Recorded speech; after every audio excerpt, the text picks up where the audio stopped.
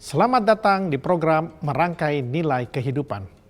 Program ini khusus kami buat untuk meresponi pertanyaan-pertanyaan para pemirsa seputar iman Kristen yang saudara sudah sampaikan melalui SMS, telepon, dan WhatsApp kepada tim respon Pijar TV. Kami senang melayani respon saudara. Untuk itu, kirimkan pertanyaan, permohonan doa, ataupun saran saudara ke nomor telepon yang tertera di layar kaca. Kami akan senantiasa berupaya menjawab pertanyaan-pertanyaan saudara baik secara langsung maupun melalui program-program yang kami buat khusus bagi saudara. Selamat menyaksikan.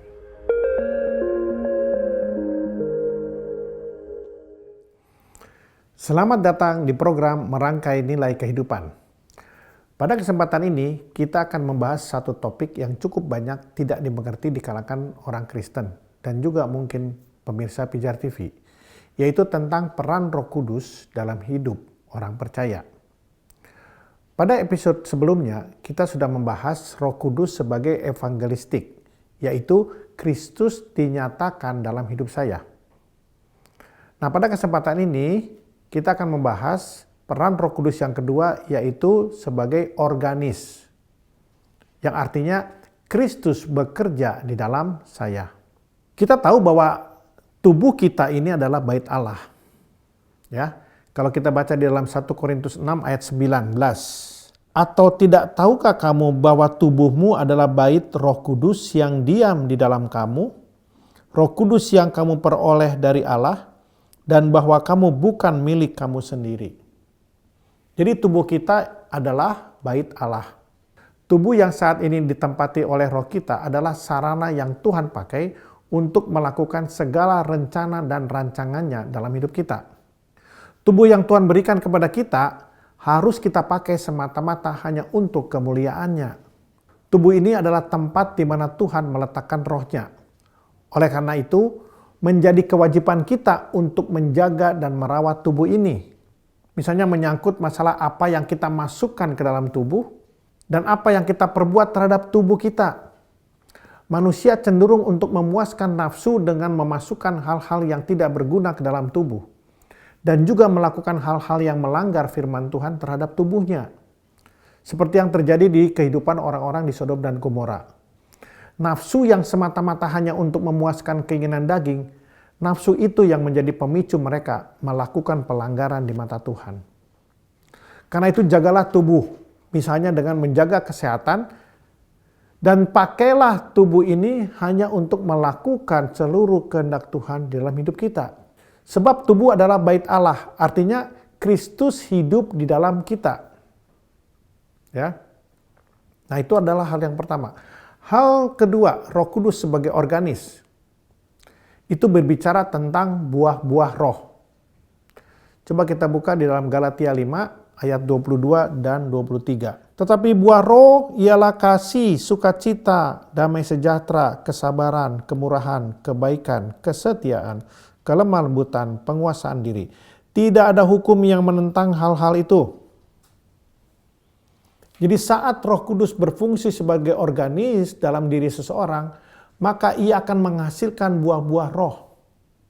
Buah roh adalah perwujudan dari iman orang percaya. Iman tanpa perbuatan adalah mati. Itu ada di dalam Yakobus. Buah roh adalah tanda bahwa kita mengenal Kristus dan juga tanda kita mengasihi Kristus. Setiap pohon akan dikenal melalui tentu buahnya. Demikian juga orang percaya akan dikenal karena buah yang dihasilkan dalam hidupnya. Buah roh harus berdampak pada orang di sekitar kita. Kalau enggak, tidak ada gunanya. Roh Kudus bekerja dalam hidup dan hati kita saat ada buah roh yang nyata. Apakah kita ingin menjadi kudus? Kalau begitu praktekanlah mulai sekarang. Kekudusan yang sejati dan abadi berasal dari siapa diri kita. Meski tidak melakukan apapun, kita tetap dapat memberikan hal-hal yang bermanfaat bagi orang lain. Apabila kehidupan kita dibentuk oleh kasih karunia Allah. Bahkan tatkala kita tersisih karena usia tua, penyakit, atau keadaan, kita tetap bisa berbuah. Entah kita sedang berbaring di tempat tidur atau terkurung di dalam rumah. hidup kita yang kudus tetap dapat menjadi kesaksian yang baik. Ini hanya bisa terjadi jika kita memiliki hubungan yang dekat atau intim dengan Yesus.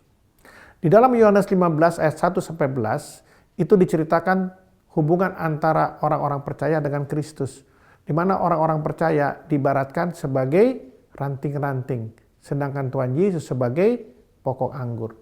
Ketika kita melekat pada ranting, disitulah baru kita bisa berbuah. Pada saat itulah kita akan menghasilkan buah yang tetap. Di ayat 16. Kesaksian yang paling kuat adalah hidup yang kudus. Jadi fungsi kedua peran Roh Kudus sebagai organis itu menghasilkan buah-buah roh. Ya. Sedangkan yang ketiga, Roh Kudus sebagai organis, Roh Kudus akan memerdekakan dan mengubah kita menjadi seperti Kristus. Coba kita baca dalam 2 Korintus 3 ayat 17 dan 18. Sebab Tuhan adalah roh, dan di mana ada roh Allah, di situ ada kemerdekaan. Dan kita semua mencerminkan kemuliaan Tuhan dengan muka yang tidak berselubung. Dan karena kemuliaan itu datangnya dari Tuhan yang adalah roh, maka kita diubah menjadi serupa dengan gambarnya dalam kemuliaan yang semakin besar. Roh Kudus memerdekakan kita, artinya kita dimerdekakan dari kehendak kita sendiri, dari kehendak daging kita. Kita ini adalah orang yang berdosa. Begitu kuatnya keinginan daging kita, karena kita sudah jatuh dalam dosa. Ketika seseorang semakin dalam mengenal Kristus dalam hidupnya, ia akan semakin mampu untuk mematikan kehendaknya sendiri, sehingga bukan lagi kehendaknya yang akan menguasai hidup orang tersebut, melainkan kehendak Kristus, seperti yang Paulus katakan, hidupku bukan aku lagi, tapi Kristus yang hidup di dalam aku. Ketika kita dimerdekakan, maka hidup kita akan mencerminkan karakter Kristus. Inilah tujuan akhir dalam kehidupan orang percaya, yaitu hidup yang diubahkan seperti Kristus. Nah, inilah fungsi kedua dari peran Roh Kudus sebagai organis. Peran ketiga, Roh Kudus dalam orang-orang percaya. Roh Kudus sebagai karismatik. Apa yang dimaksud dengan Roh Kudus sebagai karismatik? Artinya Kristus bekerja melalui saya. Ketika Roh Kudus melalui kita, kita akan memiliki karunia-karunia roh. Kita bisa baca di dalam Roma 12 ayat 6-8. Demikianlah kita mempunyai karunia yang berlain-lainan menurut kasih karunia yang dianugerahkan kepada kita. Jika karunia itu adalah untuk bernubuat, baiklah kita melakukannya sesuai dengan iman kita. Jika karunia itu untuk melayani, baiklah kita melayani. Jika karunia itu untuk mengajar, baiklah kita mengajar. Jika karunia itu untuk menasihati, baiklah kita menasihati. Siapa yang membagi-bagikan sesuatu, hendaklah ia melakukannya dengan hati yang ikhlas. Siapa yang memberi pimpinan, hendaklah ia melakukannya dengan rajin. Siapa yang menunjukkan kemurahan, hendaklah ia melakukannya dengan sukacita. Karunia roh adalah alat yang Tuhan pakai untuk membuktikan kekuasaannya. Tuhan Yesus melakukan banyak mujizat dalam rangka pemberitaan Injil. Karunia tersebut sebagai alat untuk meyakinkan banyak orang bahwa Allah mereka adalah Allah yang hidup, yang berkuasa atas apapun yang ada di muka bumi ini. Dan juga sebagai demonstrasi bahwa Dialah pencipta langit dan bumi. Roh Kudus sebagai karismatik menyatakan semua kebenaran ini. Karunia dan buah roh haruslah seimbang. Di dalam Matius 7 ayat 21, Tuhan, aku sudah berbuat mujizat, aku sudah melakukan ini, saya aku melakukan itu. Tapi apa jawab Tuhan? Aku tidak mengenal engkau pembuat kejahatan. Kenapa? Karena tidak seimbang antara buah roh dengan karunia roh. Jadi kalau kita memiliki satu karunia roh, mari juga kita kembangkan buah-buah roh. Jangan hanya berfokus pada karunia, karena kita bisa jatuh ke dalam dosa kalau kita berfokus kepada karunia. Dan ingat, karunia roh itu bersifat sementara, tetapi buah roh bernilai kekekalan. Buah roh lebih penting bagi Allah daripada karunia roh. Karunia itu bisa hilang, tetapi buah roh adalah kekal dan menjadi pegangan kita untuk diperhitungkan dalam kerajaan surga. Nah, itu yang pertama. Yang kedua, bagaimana peran Roh Kudus sebagai karismatik, yaitu untuk pertumbuhan tubuh Kristus. Kita baca di dalam Efesus 4 ayat 11 dan 13. Dan ialah yang memberikan baik rasul-rasul maupun nabi-nabi, baik pemberita-pemberita Injil maupun gembala-gembala dan pengajar-ngajar, untuk memperlengkapi orang-orang kudus bagi pekerjaan pelayanan, bagi pembangunan tubuh Kristus. Sampai kita semua telah mencapai kesatuan iman dan pengetahuan yang benar tentang anak Allah, kedewasaan penuh dan tingkat pertumbuhan yang sesuai dengan kepenuhan Kristus. Jadi fungsi Roh Kudus di dalam karismatik itu memperlengkapi seluruh orang-orang kudus, orang-orang percaya dengan karunia-karunia roh dengan satu tujuan, untuk mempersatukan tubuh Kristus. Namun banyak gereja yang menekankan pada karunia-karunia roh ini dan bukan pada pembentukan buah-buah roh, yaitu karakter Kristus. Pengajaran tentang karunia-karunia roh saat ini sangat digemari oleh banyak umat. Sedangkan pengajaran tentang buah roh sangat sedikit. Kenapa? Karena yang disampaikan berbicara tentang apa? Berbicara tentang dosa, pertobatan, bagaimana mematikan hidup kedagingan. Bicara tentang penderitaan dan pergumulan yang harus dilalui umat percaya. Hidup dalam kekudusan, hidup dalam ketaatan. Semua ini adalah hal-hal yang sangat bertentangan dengan keinginan daging kita. Inilah fungsi Roh Kudus sebagai karismatik. Nah, yang berikutnya, peran Roh Kudus sebagai paidogogis. Apa arti peran Roh Kudus sebagai paidogogis? Artinya Kristus memimpin hidup saya. Agar Tuhan Yesus menjadi pemimpin atas setiap segi dalam kehidupan kita, kita harus menyerahkan tubuh kita kepada Tuhan. Coba kita baca Roma 6 ayat 13. Dan janganlah kamu menyerahkan anggota-anggota tubuhmu kepada dosa untuk dipakai sebagai senjata kelaliman. Tetapi serahkanlah dirimu kepada Allah sebagai orang-orang yang dahulu mati, tetapi yang sekarang hidup. Dan serahkanlah anggota-anggota tubuhmu kepada Allah untuk menjadi senjata-senjata kebenaran. Serahkanlah seluruh keberadaan hidup kita untuk dipakai Tuhan menjadi alatnya. Itulah yang menjadi pokok kehidupan kita. Bagaimana kita harus menyerahkan seluruh kehidupan kita kepada Tuhan sebagai alat di tangannya. Untuk apa? Untuk melebarkan kerajaan Allah di muka bumi ini. Dalam tahap ini kita mulai mampu untuk mau dipakai Tuhan sebagai alat untuk memberkati orang-orang lain. Contohnya saat kita melayani orang lain. Melalui karunia yang kita dapatkan atau talenta yang sudah Tuhan berikan kepada kita, kita dapat memberikan berkat atau menjadi berkat bagi orang lain. Kita akan bisa membawa orang untuk mengikut Kristus melalui karunia-karunia tersebut. Dan ingat bahwa setiap hamba-hamba Tuhan, setiap orang-orang percaya dikasih karunia yang berbeda. Tetapi bukan itu yang menjadi bahan atau alasan untuk terjadi perpecahan di antara gereja. Justru karunia roh itu menurut firman Tuhan yang akan mempersatukan seluruh denominasi yang ada di dunia ini. Seharusnya itu tujuannya dari karunia roh, mempersatukan tubuh Kristus. Tapi apa yang terjadi sekarang? Banyak gereja pecah hanya gara-gara masalah karunia roh yang berbeda. Dan ini sudah tidak sesuai. Jadi peran Roh Kudus sebagai pedagogis artinya Kristus memimpin hidup saya. Jadi yang kedua, izinkan Kristus pimpin kita untuk masuk dalam kebenaran Tuhan. Saat hidup kita benar-benar sudah dikuasai oleh Roh Kudus, apapun yang kita lakukan itu adalah kehendak Roh Kudus. Dan yang ketiga, dengarkan suara Roh Kudus saat Ia mengajar dan memperingatkan kita akan firman Tuhan.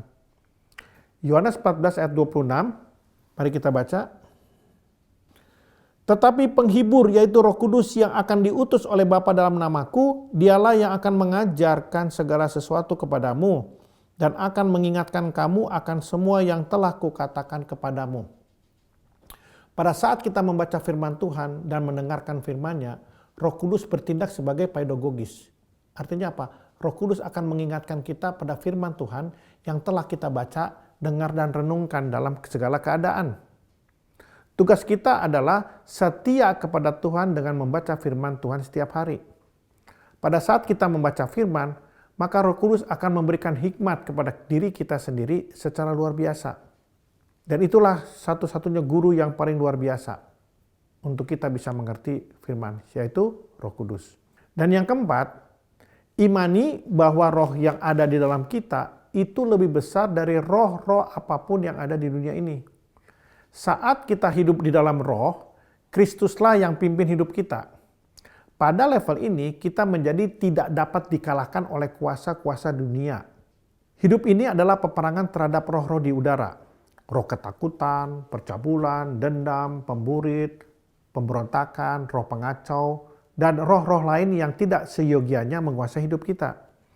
Ketika roh Allah bersemayam di dalam diri kita. Karena roh Allah lebih besar daripada roh apapun yang ada di dunia ini. Ya, itu yang keempat. Dan yang kelima, mintalah pimpinan Roh Kudus. Di dalam Kisah Para Rasul, kita baca pasal 13 ayat 1 dan 2. Pada waktu itu di dalam jemaat Antiokhia ada beberapa nabi dan pengajar, yaitu Barnabas dan Simeon yang disebut Niger, dan Lukius orang Kirene, dan Menahem yang diasuh bersama dengan raja wilayah Herodes dan Saulus. Ayat 2, pada suatu hari ketika mereka beribadah kepada Tuhan dan berpuasa, berkatalah Roh Kudus, khususkanlah Barnabas dan Saulus bagiku untuk tugas yang telah kutentukan bagi mereka. Kisah Para Rasul 16 ayat 6 dan 7. Mereka melintasi tanah Frigia dan tanah Galatia karena Roh Kudus mencegah mereka untuk memberitakan Injil di Asia. Ayat-ayat di atas menceritakan bagaimana pelayanan yang sedang dilakukan oleh murid Tuhan, di mana selalu dipimpin oleh Roh Kudus. Roh Kudus selalu memimpin kita sampai hal-hal yang terkecil sekalipun. Permasalahannya adalah, apakah kita peka terhadap pimpinannya Roh Kudus? Tapi kita sering menggunakan logika kehendak kita, yang biasanya menjadi penghambat, sehingga Roh Kudus tidak bisa menuntun hidup kita. Roh Kudus akan berbicara kepada kita saat semuanya itu kita serahkan kepada Dia. Maka Roh Kudus akan memimpin semua aspek dalam kehidupan kita. Tugas kita adalah memeriksa apakah yang hendak kita lakukan sudah sesuai dengan kehendak Tuhan atau tidak. Apakah hidup kita sudah sepenuhnya dipimpin oleh Roh Kudus atau hidup kita masih dipimpin oleh kemauan kita sendiri? Bagaimana kita mengikis perbuatan daging? Bagaimana caranya kita menjauhkan diri dari semua perbuatan daging itu? Jawabannya sederhana, tapi memang tidak gampang untuk dilakukan. Yaitu kita harus mengisi hidup kita dengan perbuatan yang menghasilkan buah-buah roh. Yaitu kasih, sukacita, damai sejahtera, kesabaran, kemurahan, kebaikan, kesetiaan, kelemah lembutan, penguasaan diri. Perbuatan-perbuatan yang seperti itulah yang akan mengikis semua keinginan daging kita. Nah, pemirsa Pijar TV yang dikasihi Tuhan, kita sudah mempelajari bahwa ada 4 peran Roh Kudus dalam orang percaya. Yaitu pertama, Roh Kudus sebagai evangelistik, yang artinya apa? Kristus dinyatakan dalam hidup saya. Dan peran kedua, Roh Kudus sebagai organis, Kristus bekerja di dalam saya. Dan yang ketiga, Roh Kudus sebagai karismatik, yaitu Kristus bekerja melalui saya. Dan yang keempat, Roh Kudus sebagai pedagogis, di mana Kristus memimpin hidup saya.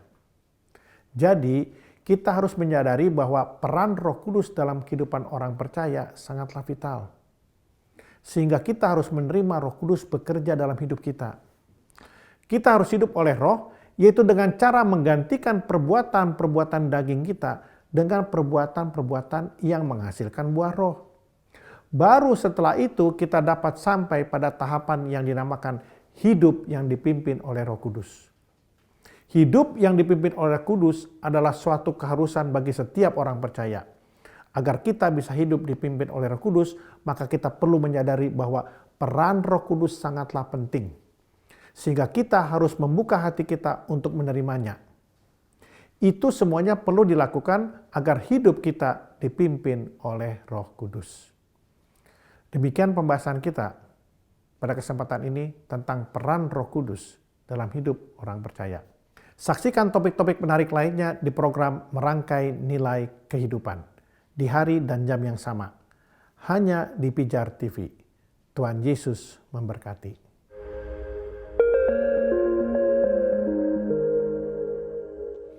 Terima kasih saudara telah menyaksikan program ini. Tetaplah saksikan program ini setiap hari di Pijar TV agar kita dapat bersama-sama bertumbuh dalam pengenalan yang benar akan Allah. Kami juga mengucapkan terima kasih untuk setiap donasi yang rutin saudara kirimkan kepada kami.